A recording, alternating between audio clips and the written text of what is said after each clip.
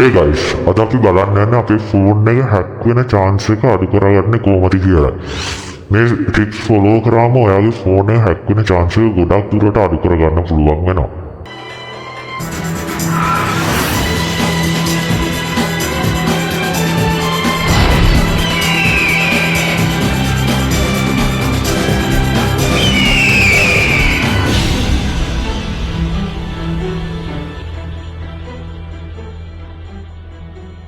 Step number 1. Strong password දාන්න පුරුදු වෙන්න. 1 2 3 4 0 0 0 0 වගේ ලේසි password දාන එකෙන් වළකින්න. fingerprint, face lock, phone pin සේම දාලා ඔයාගේ ෆෝන් එක ආරක්ෂා කරගන්න. Step number 2. unknown apps install කරන්න යන්න එපා because it's a mod වැඩක්. Only Play Store නැත්නම් App Store වලින් විතරක් install කරන්න because APK files install කරන්න යන්න එපා. It's very dangerous. You serious? Step number 3. මොකක් හරි යවන links touch කරන්න යන්න එපා because මේකත් very dangerous process එකක්. WhatsApp SMS වලට link යවන්න පුළුවන්. ඒ කියන්නේ ඔයාට price එකක් හම්බෙලා තියෙනවා, free money offer එකක් තියෙනවා, ඒ වගේ links යවන්න පුළුවන්. ඒවා බැරි වෙලාවත් open කරන්න යන්න එපා.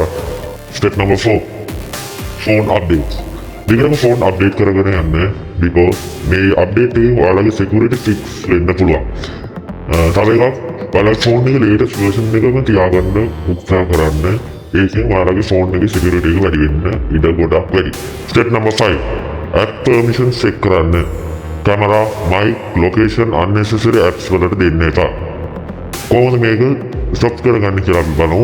setting වලට යන්න, apps යන්න, privacy වලට ගිහිල්ලා permissions check කරන්න. Step number 6. public wifi use කරන එක නවත්ත ගන්න. public wifi very risky. ඕන් කිව්වේ නෑ කියන්න එපා. banking passwords enter කරන්න යන්න එපා public wifi එක කනෙක්ට් වෙලා ඉන්න වෙලාවක. public wifi එක කනෙක්ට් වෙලා ඉන්නකොට හැකර්ස්ලා වෙන්න අපිට ඔයාලගේ ෆෝන් එක ලේසියෙන්ම හැක් කරන්න ලොකු chance එකක් වෙනවා. ඒක හින්දා දැන් public wifi use කරන එක නවත්ත ගන්න. Step number 7. antivirus apps use කරන්න. ඒ කියන්නේ iOS mobile security, Kaspersky mobile security වෙන apps ඔයාලගේ ෆෝන් එකේ install කරලා setup කරලා තියාගන්න. මේකෙන් ඔයාලගේ ෆෝන් එකට එන virus එහෙම ගොඩක් අඩු කරගන්න පුළුවන්. Step number 8. Bluetooth hotspot off කරගන්න. use කරන්න නැති වෙලාවල වලදී මේවා off කරගෙනම තියාගන්න. nearby attacks නතර කරගන්න පුළුවන්. Step number 9. two-step verification කියලා option එකක් තියෙනවා ඔයාලගේ WhatsApp එකේ. ඒ option එක දැන්ම enable කරලා තියාගන්න. ඒකෙන් ඔයාලගේ WhatsApp එක ගොඩාක් safety එකේ තියාගන්න පුළුවන්. Step number 10. data backup කරගන්න.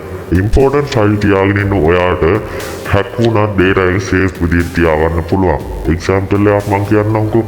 ඔයාලගේ PC එකේ දැන් මොකක් හරි file එකක් save කරලා තියාගෙන ඉන්නවා කියන්නේ තව pen drive එකක හෝ වෙන මොකක් හරි storage device එකක ඒ file එකම save කරලා තියාගන්න. ඒ කියන්නේ important file එක තැන් දෙක තුනක save කරලා තියාගන්න. එතකොටත් ඔයාලගේ file එක safe විදිහට තියාගන්න පුළුවන්. මේ වීඩියෝ එක ඔයාලට useful නම් like කරන්න, share කරන්න, subscribe කරන්න අමතක වෙන්න එපා. Goodbye.